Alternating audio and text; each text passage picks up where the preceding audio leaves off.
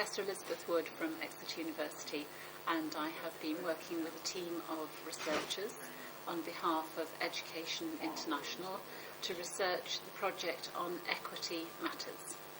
The aims of the project were to understand how countrywide unions conceptualise equity in education, and also to find out information about how these concepts are implemented in unions' policies and practices.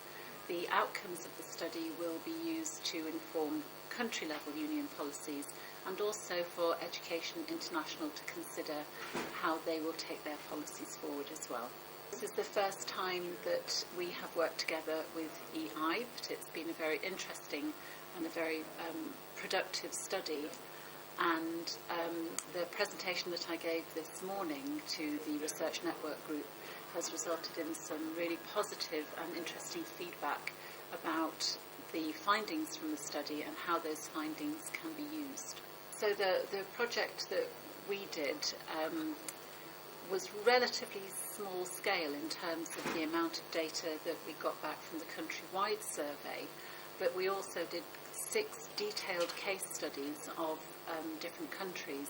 So we've had some data that is really illuminative of the differences and similarities at country level, and also the way in which different countries are responding to national and international policy drivers such as PISA and TALIS.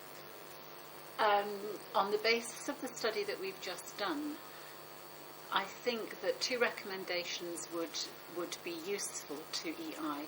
One is that more information is needed about the different ways in which unions lobby or advocate for education generally with their country's governments.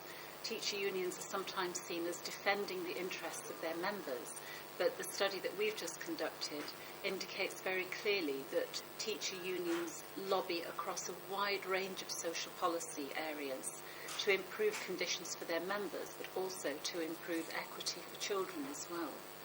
The second area that came out strongly from the study was the notion of diversity within diversity.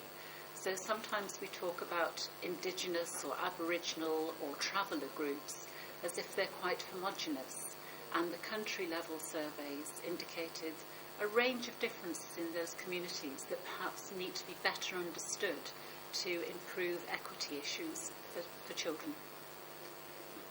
I guess one of the main challenges for EI is to work with countries that have very different systems but have quite similar goals in terms of their union policies.